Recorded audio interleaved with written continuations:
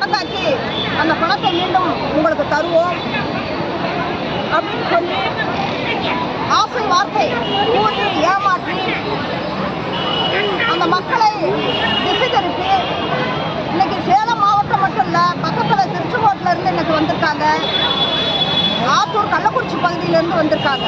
இன்னைக்கு மாவட்டத்தையும் தாண்டி பல்வேறு பகுதியில் இது போன்ற பிரச்சனைகள் இந்த நிறுவனம் கிட்டத்தட்ட எங்களோட கள ஆய்வுக்கு பிற்பாடு ஒரு 17,000க்கு மேற்பட்டவர்கள் இதெல்லாம் வந்து பணம் போட்டிருக்காங்க அப்படிங்கிறது தெரிய வருது.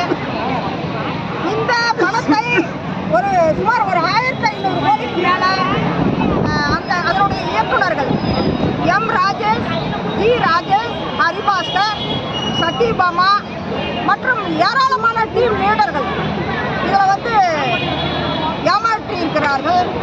ஆக இவங்களை வந்து என்னன்னா சேலம் மாவட்ட காவல்துறை கைது பண்ணியிருக்காங்க.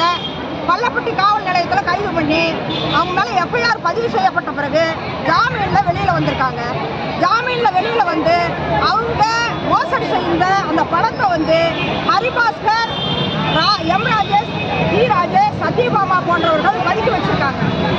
எங்களோட கோரிக்கை என்ன அப்படின்னு சொன்னால், பெரும்பகுதி மக்கள் இந்த நிறுவனத்தில் பணம் போட்டு ஏமாற்றப்பட்டிருக்கிறார்கள். அப்படிங்கிறப்ப இந்த கும்பலை உடனடியாக கைது பண்ணணும்.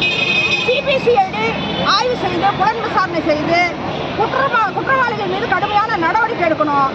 பணம் போட்டு முதலீடு செய்த அப்பாவி மக்களுக்கு பணத்தை திரும்ப பெற்றுக் கொடுக்கணும் அப்படிங்கிறது எங்களோட கோரிக்கை. ரொம்ப வருஷமா